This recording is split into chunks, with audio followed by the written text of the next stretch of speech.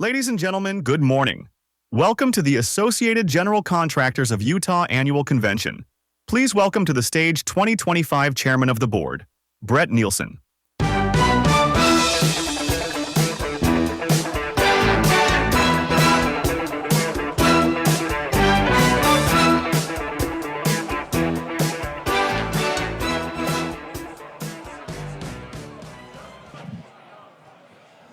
All right, good morning. Thank you. If you'd please take your seats if you're still walking in here.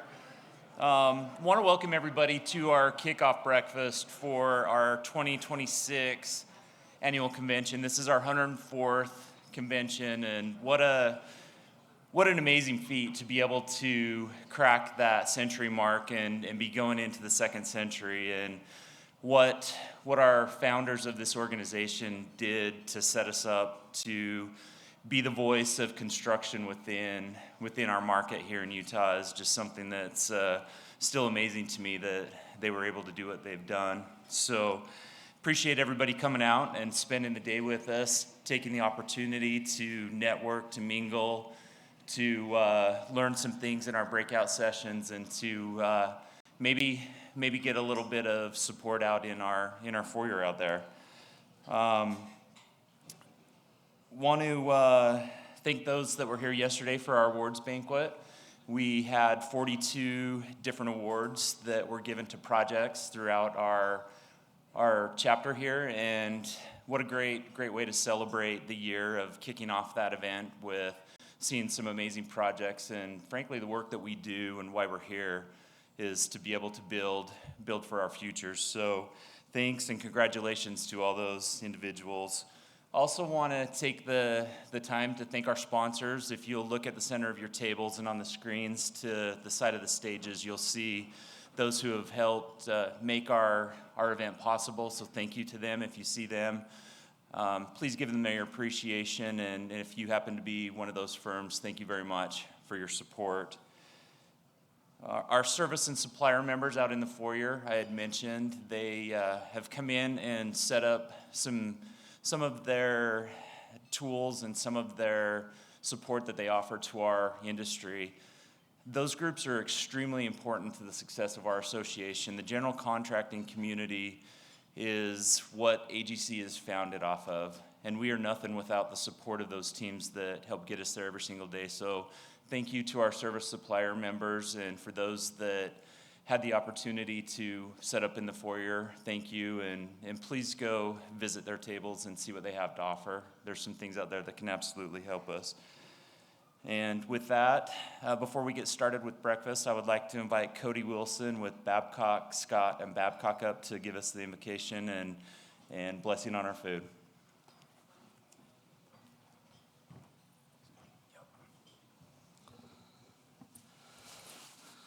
Our kind and gracious Heavenly Father, we are grateful for this day, and we're grateful for the opportunity that we have to meet as leaders and participants of this construction industry here in Utah. We're grateful for the opportunities that are afforded to us in this great nation, and please bless our leaders both nationally and locally, that they might be able to be inspired and directed to make decisions and policies that will benefit us. We are grateful for the opportunities we have today to associate one with another and to be able to rub shoulders and network one with another. Please bless this food now, that it might do us health and strength, and bless those that have prepared it. And we say these things in the name of Jesus Christ. Amen. Please welcome back to the stage Chairman Brett Nielsen.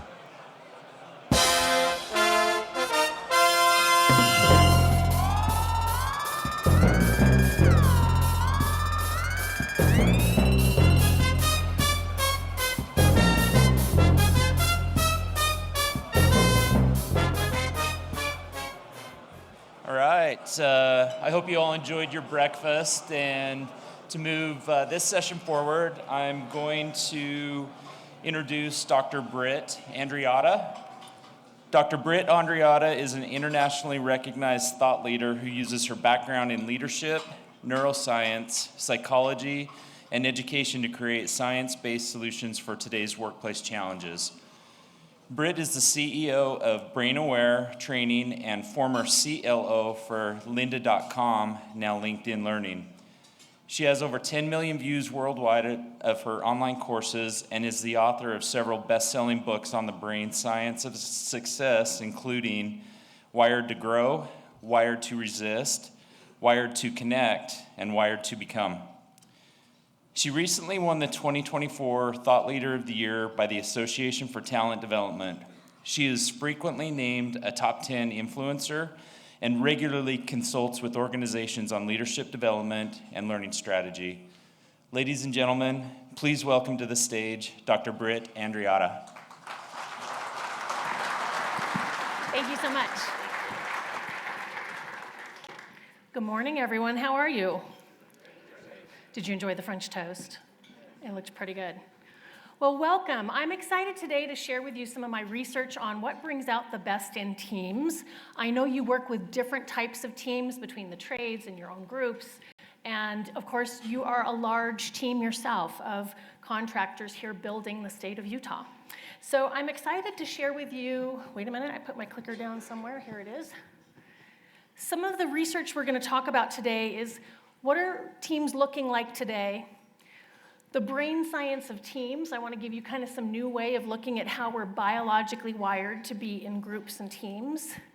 We're going to distinguish different types of teamwork and particularly why collaboration is different. We're going to look at survival and safety, the importance of belonging and inclusion, and I'm going to give you some strategies to build healthy teams in your organization. We have some handouts for you. They are in the conference app, and you'll get them after. So just listen, knowing that you'll be able to get some of the key slides later. And in addition, we have a couple worksheets you'll be able to go back and do it with your organizations. So teams today, what we're finding out is that 90% of employees say they spend a third to half of each day working in teams. That's across every industry. I would say it's higher in construction.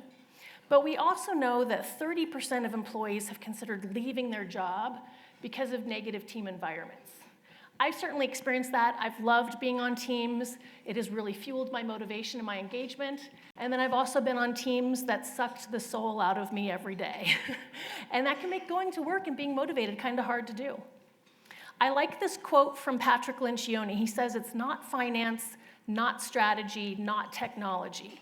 It is teamwork that is the ultimate competitive advantage, both because it is so powerful and so rare." And I want to talk about that rareness because I want to make it something that you can create and recreate again and again. Now, we've all been introduced to teams. Most of us were introduced to this as children, sports teams we participated in. But this is a team. This is also a team. This is a team. This is also a team, another type of team. We all just benefited from the work of the team in the back, making us this lovely meal. Construction is definitely teams and teams of teams. And now, because of technology, we can be part of teams that are around the world and be working with people we've never actually met in person. I want to talk a little bit about collaboration. We throw that word around a lot in workplaces. Let's collaborate. Oh, we're collaborating. But it's oftentimes mislabeled. So I want to introduce you to the 3 types of teamwork. These exist on a continuum from simple through complicated to complex. And one type of teamwork, these are not better or worse than each other, they're just different, is coordination. And people coordinate, that meaning they align or they sync distinct efforts to create efficiency. So that might be the different trades rotating in, right? They wait for somebody else to finish, but the part that they touch is kind of independent. So there's a lot of communication, but they don't necessarily have to work together. Then there's cooperation. People cooperate to perform their portion of a shared task as planned. This is where their work is truly interdependent, meaning I can't do my part until you do your part. And so there's interdependence there. And then the third type is collaboration. People co-labor in an act of creation, and the result is changed by the input of all the contributors. So collaboration by nature is something that you're working out together, and as you work together, you're building, you're creating, you're changing it because your input is shifting what's happening. I like this quote from Jelenko Drzizic, who says, "If collaboration does not change you, then you are not collaborating." Collaboration does not come about without some kind of organizational enlightenment. I want to further distinguish the difference between cooperation and collaboration. So cooperation really is the coordinated efforts of two or more people to perform their distinct portion of agreed upon task. An example I often give is, in a corporation, facilities might be working on changing the cubicles. Separately, IT is upgrading everyone's network systems. They may talk to each other to make sure that they don't step on each other's toes, but their work really has nothing to do with each other. That is cooperation. Where collaboration is two or more people in a coordinated effort to achieve a common goal together while respecting each individual's unique contributions. So there's tussling of ideas. They're actually working together to build something together. Cooperation, they perform a task as planned. Collaboration, they are building, creating something, and it's changed by their input. We know that for cooperation, you need a smooth process. That's what drives efficiency. And to be good at it, you need the skills of planning, alignment, communication, and a clear process you're following to execute.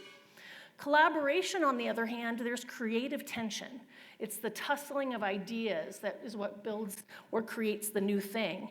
And because of that creative tension, you need trust, respect, responsiveness, creativity, and a mindful process for conflict resolution because it's inherently built on conflict, tussling with ideas.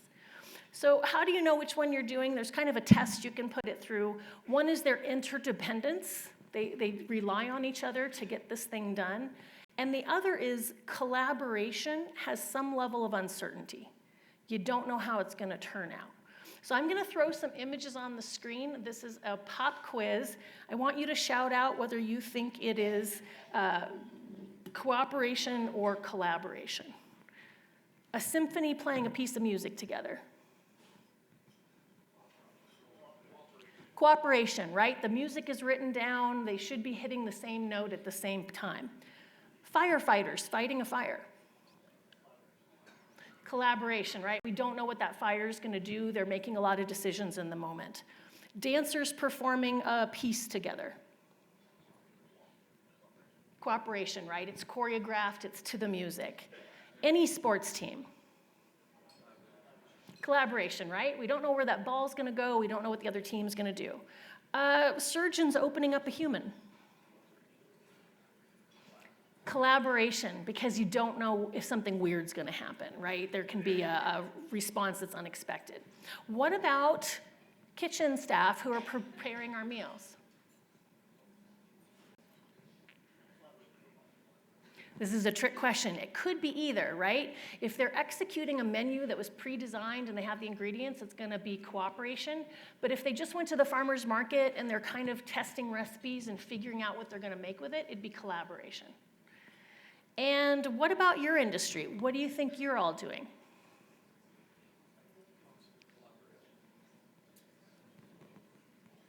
Both, right? It depends.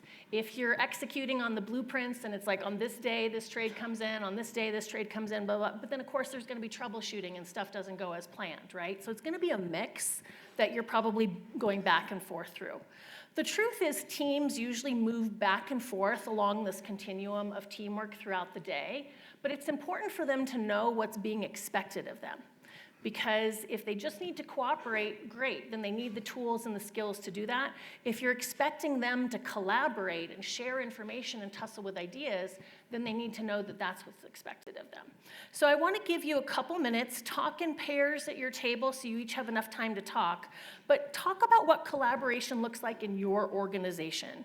What percentage of time do you think you're spending in the three types, and is there clarity about it? So a couple minutes to try this on. This is a timer. It's going to count down, so pay attention, and I'll count you down the last 5 seconds. Here we go.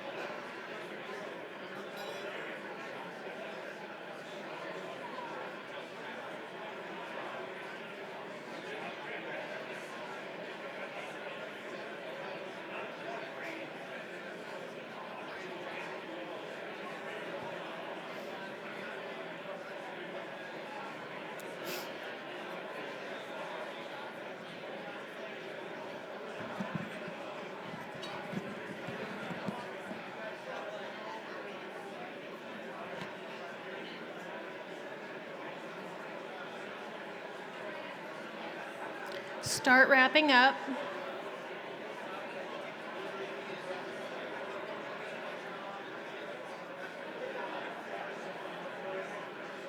It's gonna ding in 3, 2, 1.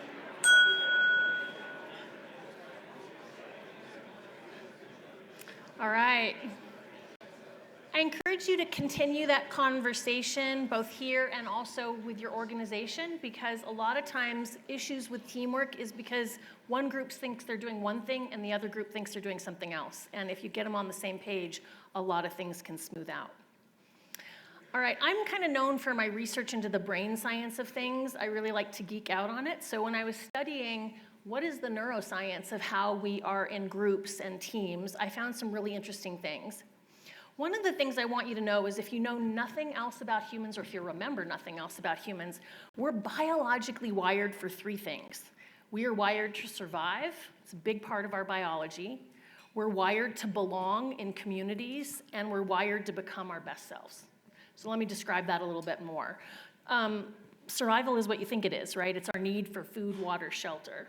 But if we're not in the middle of a natural disaster or something that's threatening that, our jobs is how we buy food, water, and shelter, which is why people can get so defensive during a performance review.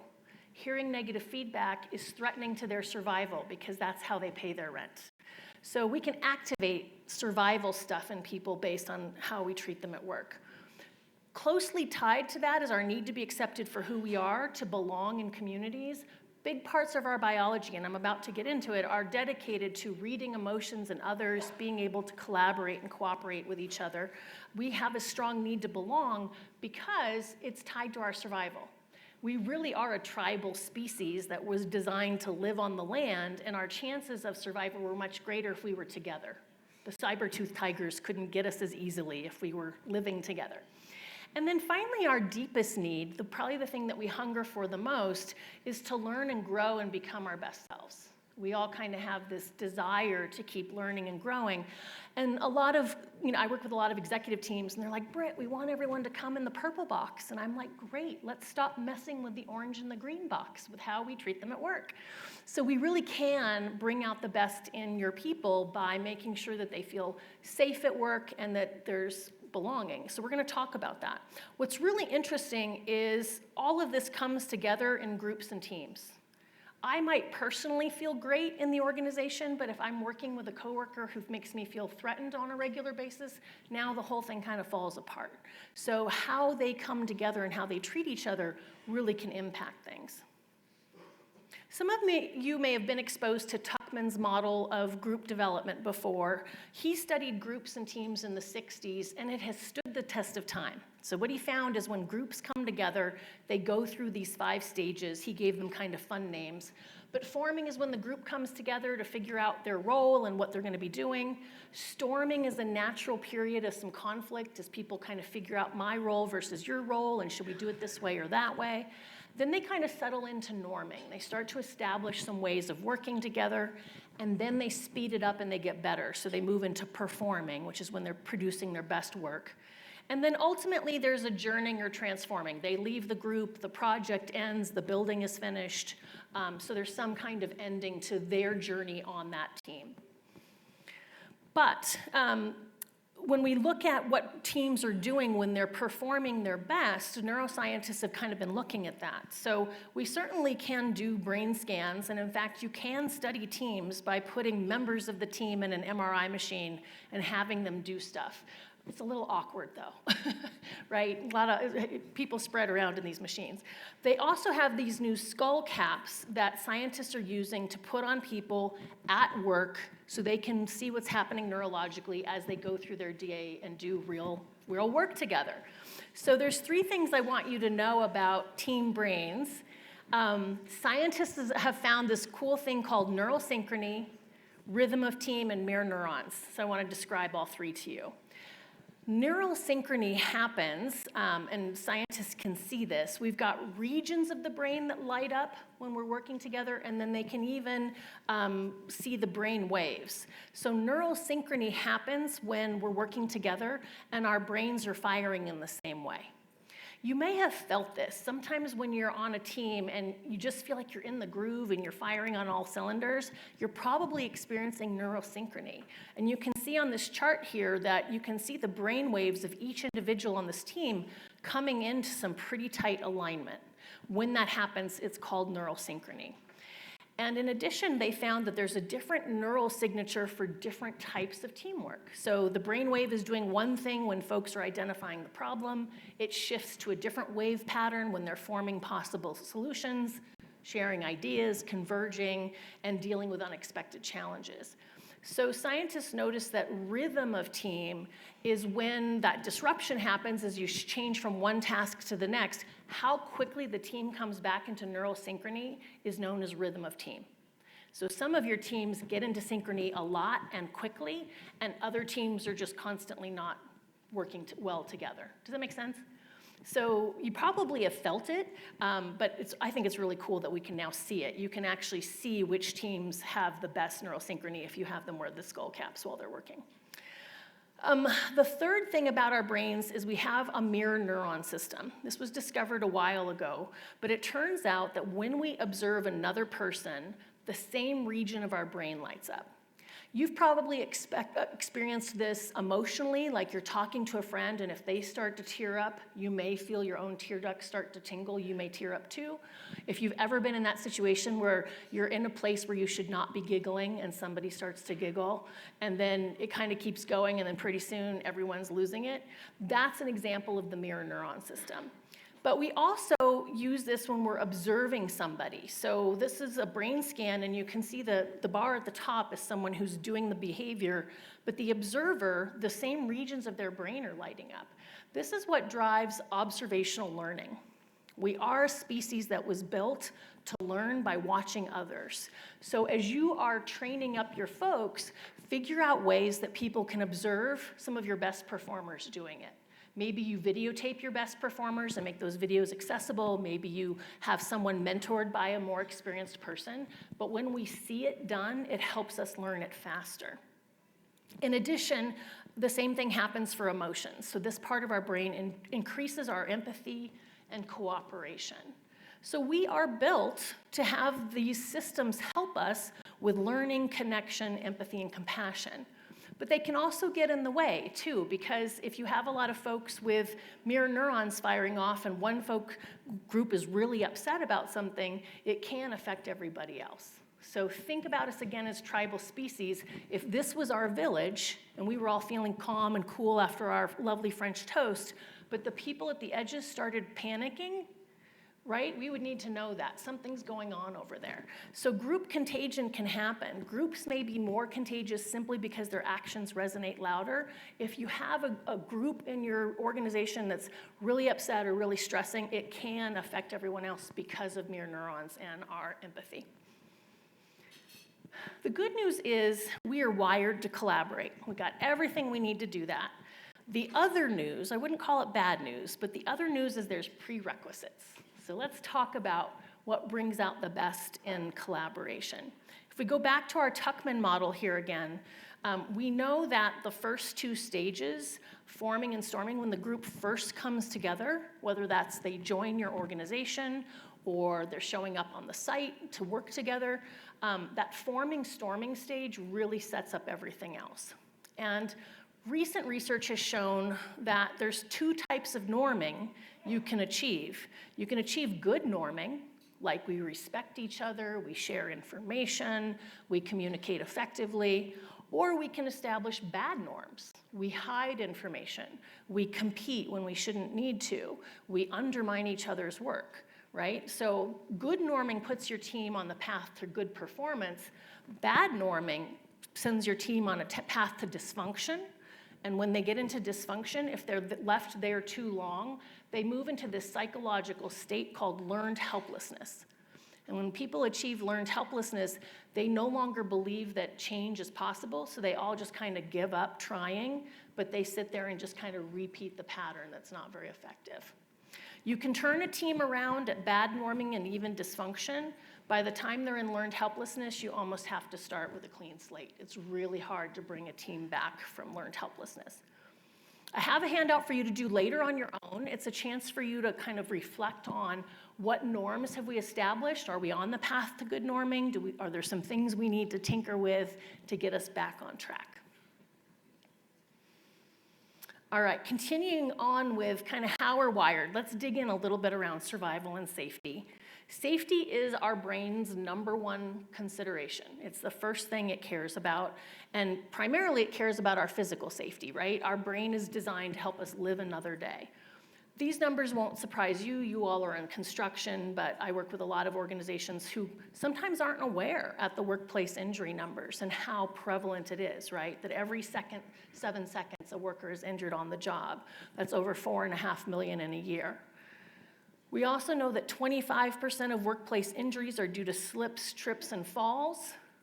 Another quarter are due to being struck, caught, or crushed by equipment or structures. I know safety is a very big top concern in construction because your industry falls in the top 5 with the largest number of workplace injuries, right? So there's service, transportation, shipping, manufacturing, production, installation, maintenance, repair, and construction.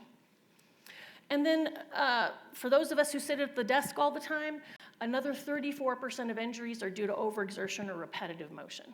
So your carpal tunnel syndromes, things with the back, that kind of thing. So safety is a big concern, and particularly for your employees who work in a dangerous situation, it's something that they're thinking about all the time. I know you're also thinking about it all the time because it is very, when there's an accident on the site, it's very impressionable to everyone else. In addition, we also have workplace violence now that occurs, and 16% of workplace deaths are the result of an attack in the workplace. So physical safety is up for a lot of workers. I would say certain industries more than others, but it means that our biology is alert to that on a regular basis. The second part of safety, which you may not have heard so much about, is psychological safety. So it's a second level, but also equally important. And I like to introduce some of the research on workplace bullying. We don't talk about it very often, but this is a big threat to people in the workplace. It's defined as abusive conduct that is characterized by regular repetition, ongoing duration, and escalation with increasing aggression. It's more common than you think. In fact, 75% of workers are affected by bullying, either as a target or a witness. And the most common target is the highest performer, right? And sometimes the bully is their boss. So this plays out in the workplace. It is 4 times more common than either sexual harassment or racial discrimination on the job. So thinking about bullying and talking about workplace bullying is something I want to kind of add to things for you to consider because it absolutely harms psychological safety. Now, what is psychological safety? Dr. Amy Edmondson is a researcher out of Harvard, and she defines it as a sense of confidence that the team will not embarrass, reject, or punish someone. So can we just first talk about what a low bar that is? Okay? Embarrass, reject, or punish someone for speaking up with ideas, questions, concerns, or mistakes. It is a shared belief that the team is safe for interpersonal risk-taking. She has gone on to write several books. If you have not read her books yet, I highly recommend Teaming and then also The Right Kind of Wrong. But what she found in her study was that psychological safety was the key differentiator between the highest performing teams and everybody else. That they had psychological safety. And more importantly, because it was safe to talk about ideas, concerns, questions, mistakes, teams were sharing when things weren't going right and fixing them. They weren't making more mistakes, they were talking about and fixing those mistakes. And I cannot think of a single industry, yours included, that does not benefit from employees being able to come forward with ideas, questions, concerns, critiques, and mistakes. Now, what does psychological safety look like? She's identified that there's a couple signs of it. One is people on the team say things like, we all respect each other.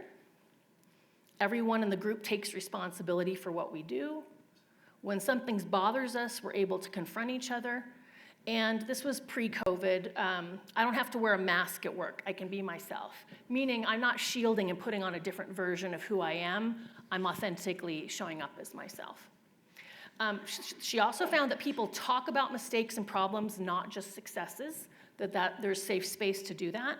And the workplace appears to be conducive to humor and genuine laughter, that there's a playfulness that occurs when people feel psychologically safe with each other. We know that success comes through learning over time. And one of the biggest ways you can kill psychological safety is to have a blame and shame culture. If it's always about whose fault is it, and they're gonna have some punishment, as opposed to, okay, what went wrong? What can we learn from that? How are we gonna make sure this doesn't happen again? So it's really building a culture where you learn from your mistakes to build toward better successes.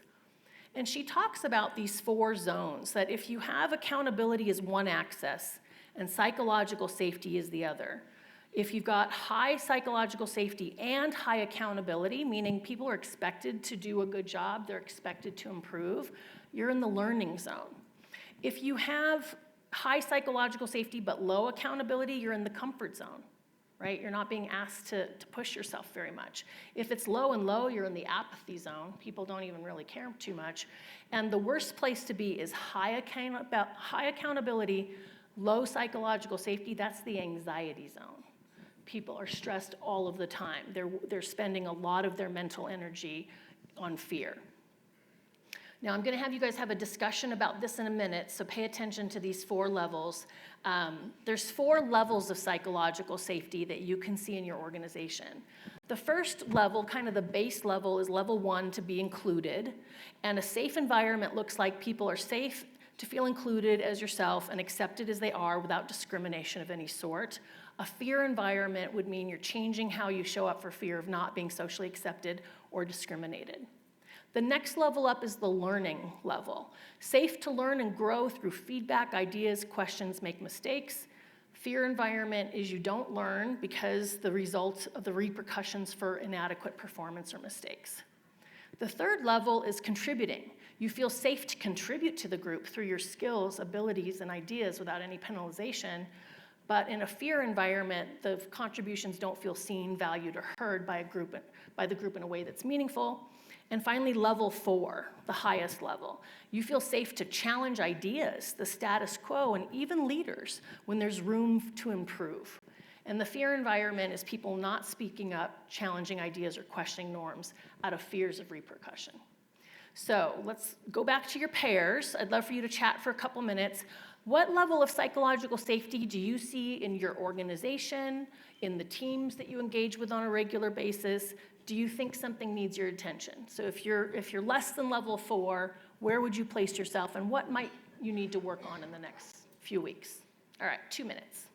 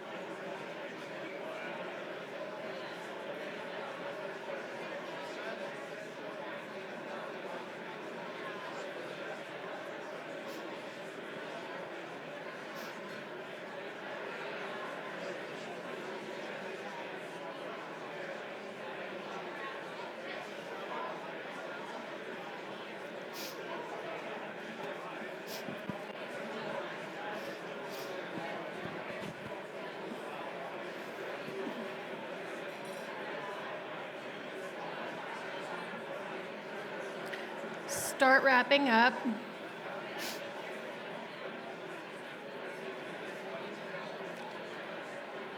3, 2, 1.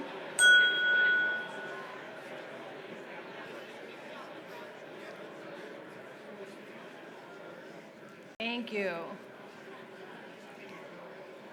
Obviously, any one of these discussions could be an hour long. I'm just dropping down some pebbles for you to have a little mini conversation on, but I want you to be thinking about it and have further conversations about it. So what psychological safety is, that it's as important as physical safety. I know you spend a lot of time on physical safety in your organizations. Also give attention to psychological safety. All right, the next part of the research that really blew my mind when I was looking into it was our biology around belonging and inclusion. I mean, it's probably no surprise to anyone, belonging matters to us, right? It's what gives us a sense of meaning in life.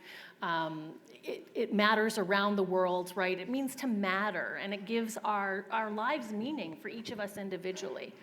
It turns out there's biological structures and neurological ones that are dedicated to paying attention to where we are on the scale of inclusion to exclusion. And particularly, we pay attention to our social status, our friendship network, and we're very sensitive to signs of marginalization. So if you think about us as a tribal species that needs to survive, if you feel like, okay, my tribe is okay with me, I'm good, they like me, I'm not in fear of being ousted, my whole biology is going to settle down. But if I start to feel like my tribe is judging me and frustrated with me, and I'm starting to feel like I'm moving to the margins, our biology gets really ramps up the fear. So we're very sensitive to this. In fact, it's the same part of the brain that pays attention to ranking. We're kind of constantly knowing where we are in relation to a group of people. Here's the part of the research that blew even the researchers away. So they wanted to study what's the neurology of exclusion. So they did some simple experiments. They put 3 people in separate MRI machines. They gave them an iPad and said, you're playing cyberball with these other 2 people, and you had the feeling of tossing the ball between the 3 of you. Well, the experiment was designed to, at some point, somebody gets excluded and the other 2 are playing, and the third person can tell that they're not being included in the cyberball anymore. And it lit up a part of the brain that really surprised the researchers. So then they were like, well, wait a minute, what if we tinker with this? What if you're paid money when you're excluded? Does that matter? What if you're excluded by people you don't like or respect? Does that matter? And it didn't. It turns out that exclusion lights up the same region of the brain as physical pain. Think about that. That when you're excluded, the same part of your brain is lighting up as if you're punched in the face.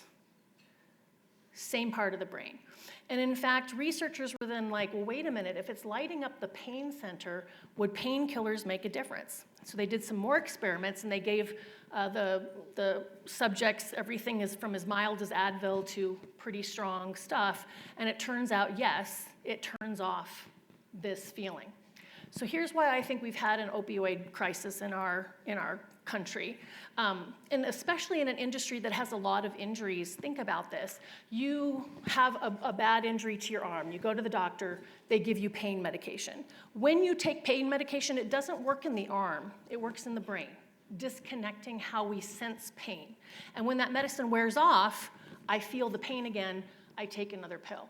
That works beautifully. We need to do that sometimes. The problem is when you're on pain meds, you're having an invisible break from your social pain. It's made any feelings of exclusion go away. How you feel in your family, how you feel in your neighborhood, how you feel at work, how you feel in society. You're getting a break from whatever exclusion or social pain you feel. And now your arm is healed. It's time to come off that medicine. And people have not been talking nor processing the psychological pain that they're in. Does that make sense? And so this is, I think, a really big deal. We know that a lot of people don't feel safe at work. In fact, 61% of employees feel pressure to cover some facet of their identity at work.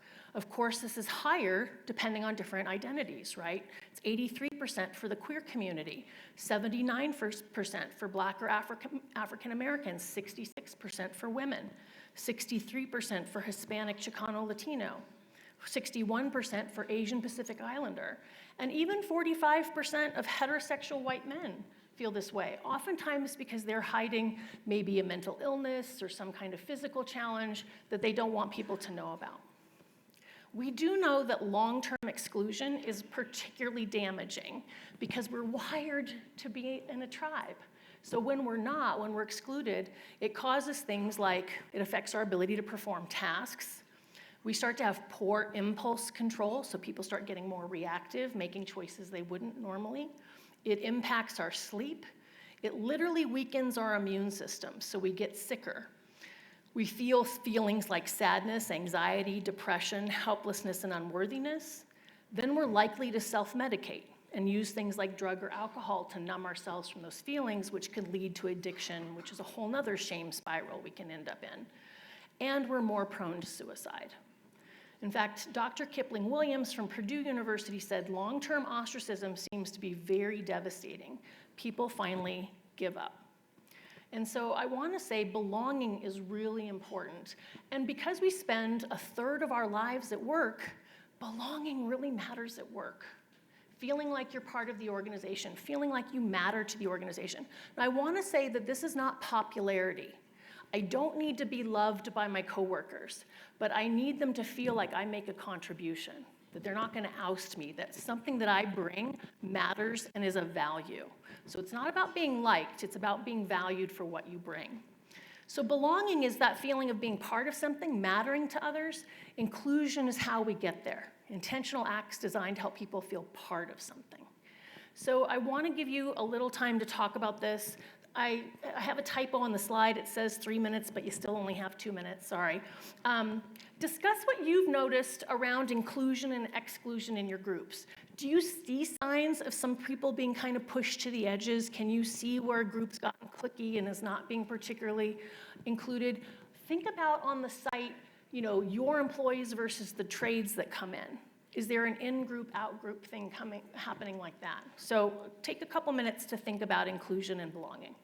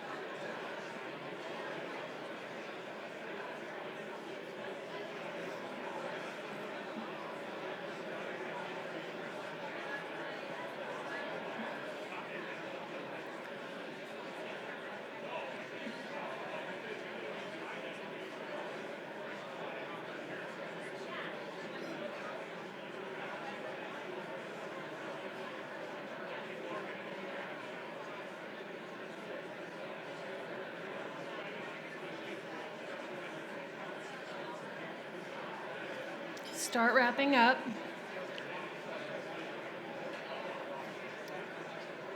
Three, two, one.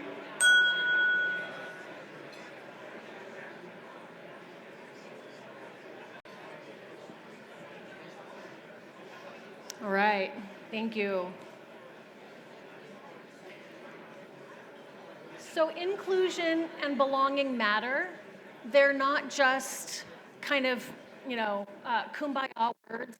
It really does matter to us biologically, and there's consequences when we don't pay attention to how people are feeling. Obviously, we could say a lot more about that, but I have 2 more sets of tools I want to give you. One has to do with, throughout the day, we're not always going to be treated the way we want. We're not always going to be dealing with folks who are their best selves, right? So I love to give people this tool you can use immediately around self-regulation. because oftentimes when people are struggling, they're going to lose their ability to self-regulate. So self-regulation is the key to resilience, and this is the research of Dr. Dan Siegel. And he found that we all have what he termed our window of tolerance. So when you're in your window of tolerance, some of you might be in it right now, you feel relaxed and in control, you're able to function effectively, both at work and at home, you have a calm state of mind. In other words, your systems are regulated, okay? And as we go through our day, let's say this is your work day, throughout the day you're gonna have ups and downs. We're gonna have moments of calm activation. As we get ready for action, our heart rate elevates, we're alert and able to think clearly, make decisions, and respond effectively. I'm in calm activation right now, right? And it started about half hour before I was about to come to stage. I was getting ready to talk to a room of however many hundred you are. And after this, if all goes well, I'll go into calm deactivation, right? After the action, we settle back down and recover, our muscles loosen, our heart rate slows, we're able to feel calm and relaxed. So throughout the day, you gear up for a meeting, you come down from it, you've got a conversation, you put out a fire, you come down from it, you're kind of going up and down. But then there's some days where you come in and you're just being pushed to your limits, like it's extra stressful, it's extra intense. So we can now hit the edges of our window of tolerance, go outside of our window of tolerance. So when this happens, we go to one of two, we tend to have a first pattern and then maybe a second pattern. So typically you'll go one of two places, see which one you are. Some of us, myself included, go to hyperarousal. This means we go into fight and flight, we fire up. We got increased reactivity, our emotions are more intense, we have feelings like anger, anxiety, being overwhelmed, out of control. We get like that, right? But other folks go to hypoarousal, which means they go to the freeze reaction. They shut down. They're gonna have decreased responsiveness. They're gonna withdraw. They're gonna have feelings of being numb or empty, exhausted, depressed, disconnected, hard to reach. You probably can think right now like, oh, I tend to go to this one first, but what does my romantic partner do? What do my kids do? What do my coworkers do, right? Everybody kind of has a pattern. When we're in one of these arousal states, we're dysregulated. Our system is now not functioning normally. So this is what self-regulation is. It's first noticing, oh, I'm out of my window of tolerance. I'm now in hyper or hypoarousal. And now doing things to regulate. So when we're in hyperarousal, we need to cool down the system, we need to down-regulate, and we do that by engaging in things that are calming, soothing, slowing, and grounding. Here are some examples. Deep breathing, writing things down, shaking or stomping, gentle movements or yoga, rhythmic things like rocking, dancing, swinging. You may even find that you do that naturally, that all of a sudden you find yourself kind of like rocking or something. It's because your body's trying to do it, right? Time in nature is a big calmer to our system. Warm shower or extreme cold water, so that's where that cold plunge thing comes in. Listening to soothing music, eating comforting food, weighted blankets. Those are things that we can use to downregulate us. Many of you have these things in your home. Very few of us think to bring some of these things to work. So now we're spending a third of our day without any of our tools to be our best selves, right? And then some of us go to hypoarousal. For me, I go to hyperarousal first, but if I'm in really bad shape, I shut down and I'm in hypoarousal. But when we're in hypoarousal, we need to heat up the system. We need to upregulate. So we're doing things that are energizing and stimulating or connecting. Examples here include sensory stimulation, taste, smells, sounds, listening to faster beat music, right? Energizing movement like walking or dancing, doing something faster. Cold water is a winner on both sides, but we don't have cold water plunges around us all the time, so that one's kind of hard to do. Increasing your focus or concentration. This is honestly why so many of us jump into the phones and start scrolling, is because it gives us a way to A, disassociate, but B, we're concentrating on something. The problem is, with doom scrolling now, we can take in a whole lot more distressing information, and then all of a sudden our body's like, oh my God, that did not help. But games, puzzles, tasks, also anything tactile, hands-on, My guess is that a lot of people who chose your industry is because at a young age you learned that physical movement was really good for you. You seemed to thrive doing physical things, and so you chose a career where that's what you do. But then you move up in management, you do less and less of that, right? So get yourself back with your hands on. It helps can calm the system. And connecting with others. Now, there's things over time that can shrink our window when you know you're not your best self. For example, a lot of stress and burnout shrinks our window. Having an illness or an injury shrinks our window. Experiencing a traumatic event, right? People just are not able to be their best selves because their window has shrunk, and we need to then lean in more to doing the regulating behaviors. We also can have longer-term conditions like a cognitive impairment, a sensory issue, maybe a mental health issue like having PTSD. And then there's things we can do on a regular basis to expand our window, to keep working on making us more flexible. So eating healthy food helps, getting good quality sleep helps. Mindfulness is amazing. If you've not checked out mindfulness, it's like the brain was built for it. And even doing as little as 5 minutes a day of a meditation can completely shift your reactivity.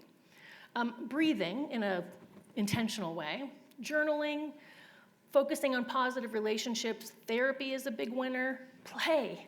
Play is a big winner. Play is actually how we regulate our bodies, and we allow children to do it, but as adults, we don't do it very much. And yet laughing, running, screaming, crying, playing is a way we can regulate our bodies. Time in nature, whatever creativity looks like to you. Why I want to give you this particular tool is that, first of all, you can use it for yourselves. But oftentimes when things are going wrong on a job site or there's a difficult employee, they are probably having trouble regulating. And when someone is dysregulating, and let's say I'm talking to Joey here and he's having a meeting with me and I'm not in good shape, continuing the meeting is not going to help me get in better shape, right? But saying, hey, I can see that things are really stressful. Why don't we just take a 30-minute break, go grab a cup of tea, we'll circle back around. Then he's giving me the grace to go and regulate, right? And if you have children, you can also look at them and say, okay, stop. Let's take some deep breaths right now. Let's stomp our feet right now. You can actually help children regulate their bodies in the moment. So this is a tool that we can bring. We can also talk about it as a skill. We can give people permission to go to their car and regulate for a few minutes or go for a walk around the block to regulate for a few minutes. It's really important. I've given you a worksheet you can do by yourself, with your friends, but I think it's a really important key. All right, I want to leave you with some specific strategies around building healthy teams. The first one's kind of a no-brainer, like honor the power of biology. It's gonna win, right? Our body is gonna win. But when we know how the body works, we can start to design better workplaces and we can bring out the potential of the folks that we work with.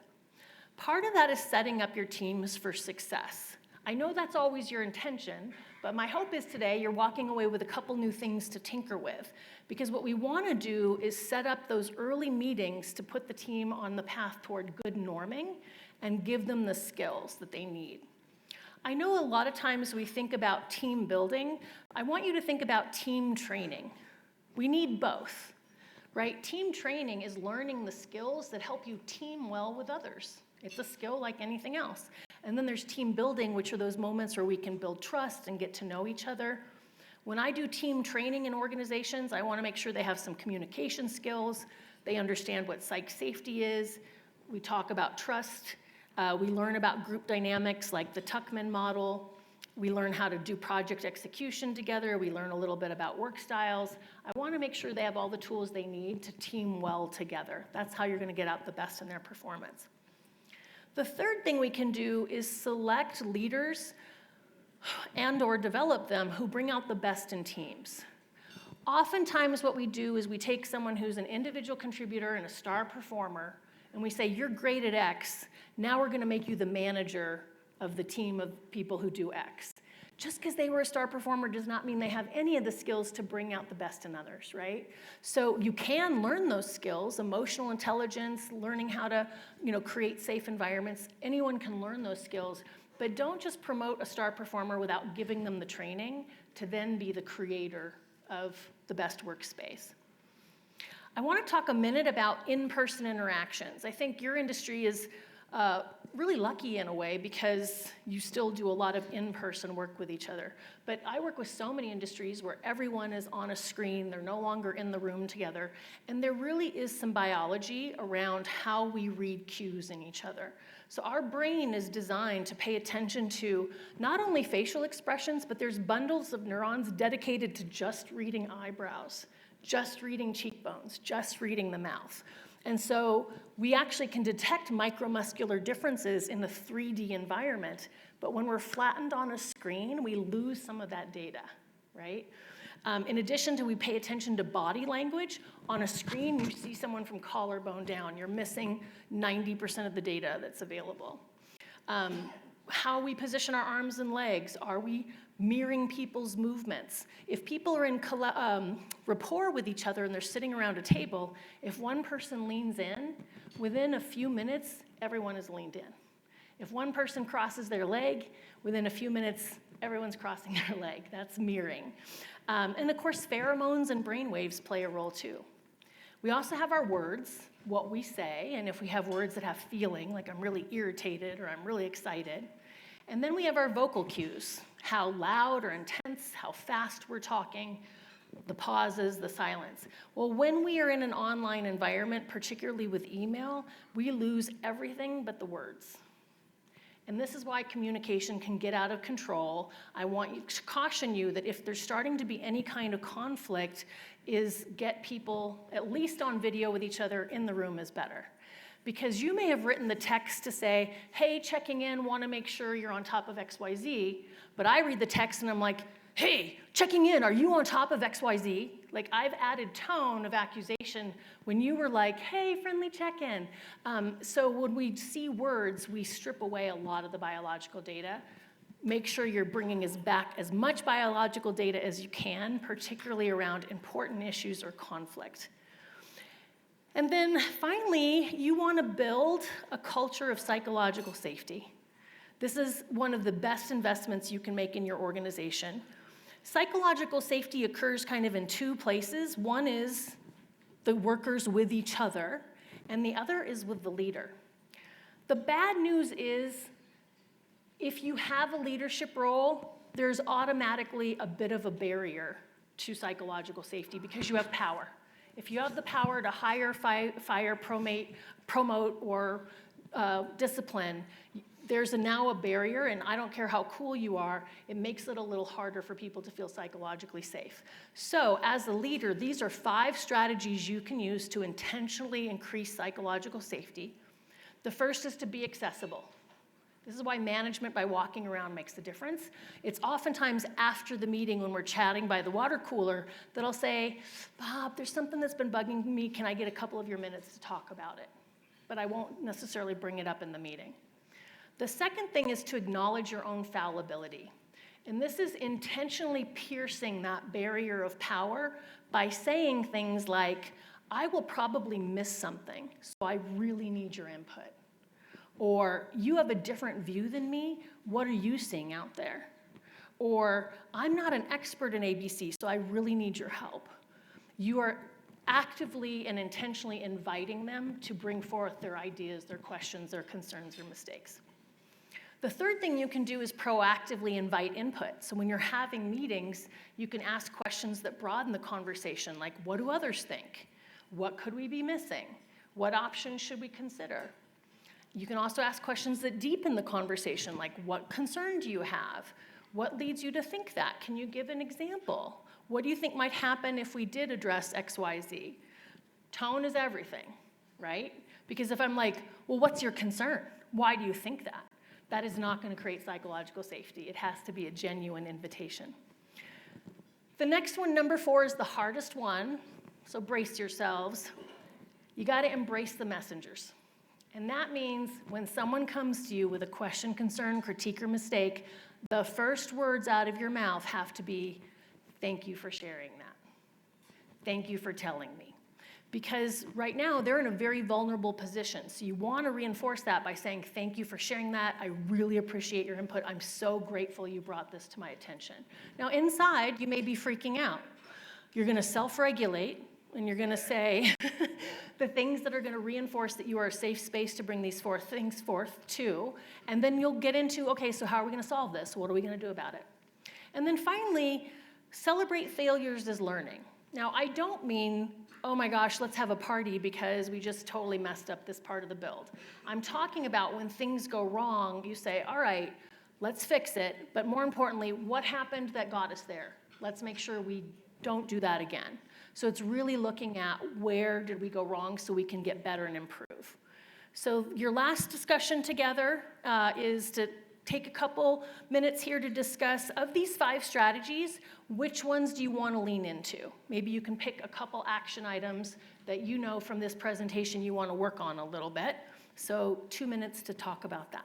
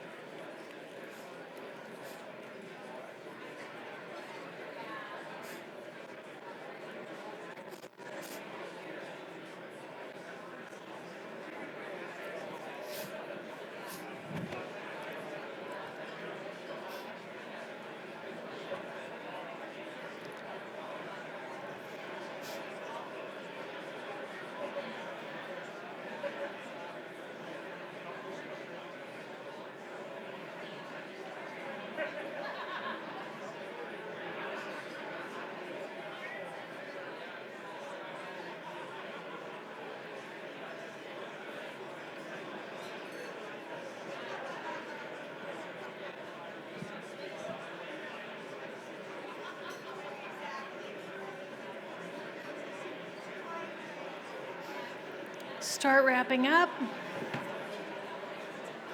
3, 2, 1.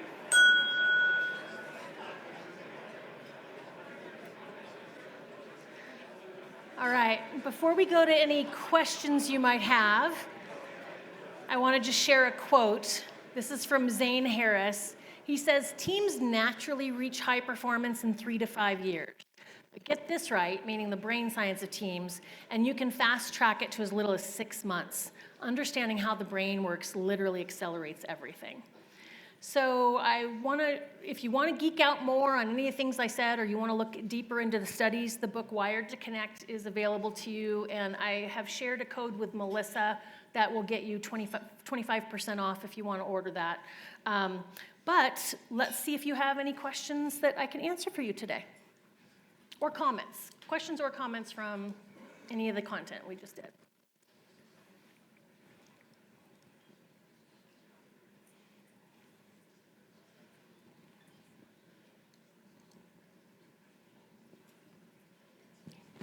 Here and then in the back, yes.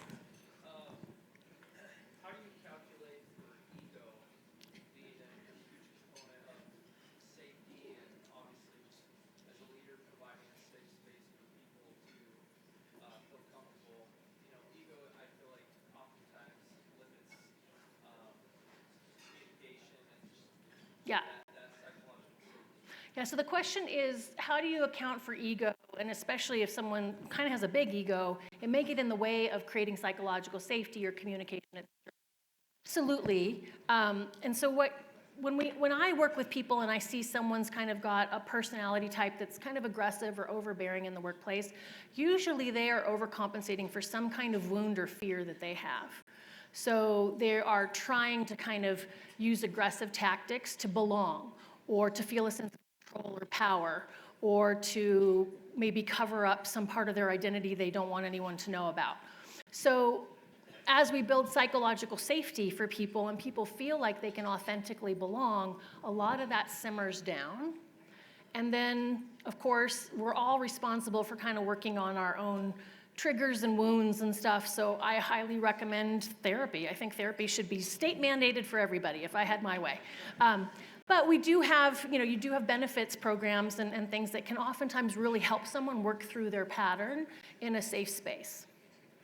Okay, there's a gentleman behind you that had his question, his hand up, yes.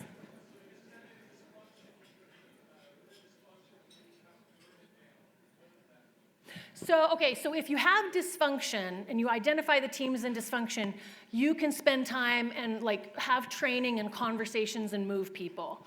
But if they've moved into learned helplessness, meaning nobody believes anything will make a difference anymore, it's such a heavy psychological state, you literally could, over the next 6 months, replace every single person on that team, and they'll still recreate the learned helplessness unless you just kind of start fresh. So it may mean breaking up that team, reassigning them somewhere else, and then building something new. But once folks are in learned helplessness, it's just really, really hard to recover from. So that's why you want to identify dysfunction early and course correct.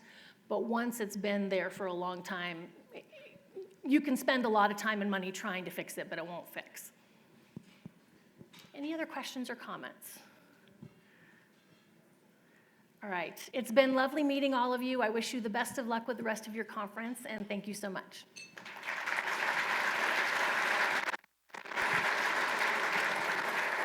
Please welcome back to the stage Chairman Brett Nielsen.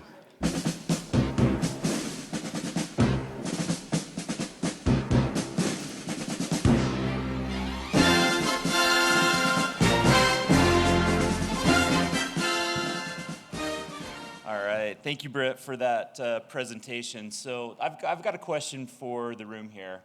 How many of you started your careers in the trades and have worked your way up to where you're at right now? By show of hands. Not scientific, but that's maybe 40 to 45% of the room. How many of you, as you were working your way up that career ladder, ever thought that you would have to understand what was given to us today?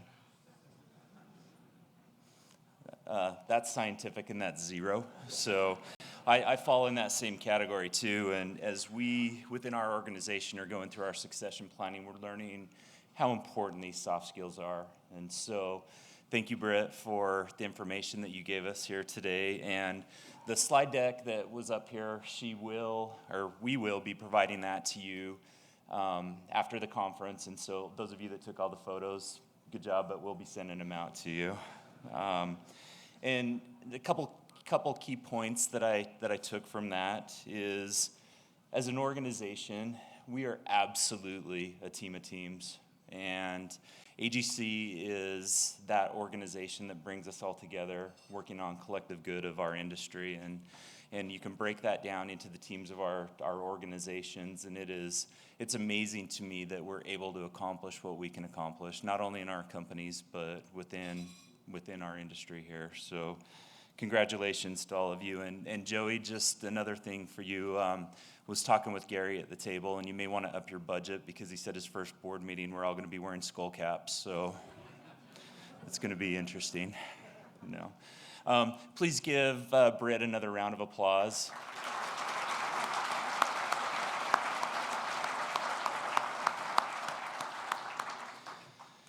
Okay, on your tables, you'll see a QR code that is there, and we've changed our process up a little bit. For those of you that weren't here yesterday, we're not doing the raffle gifts anymore.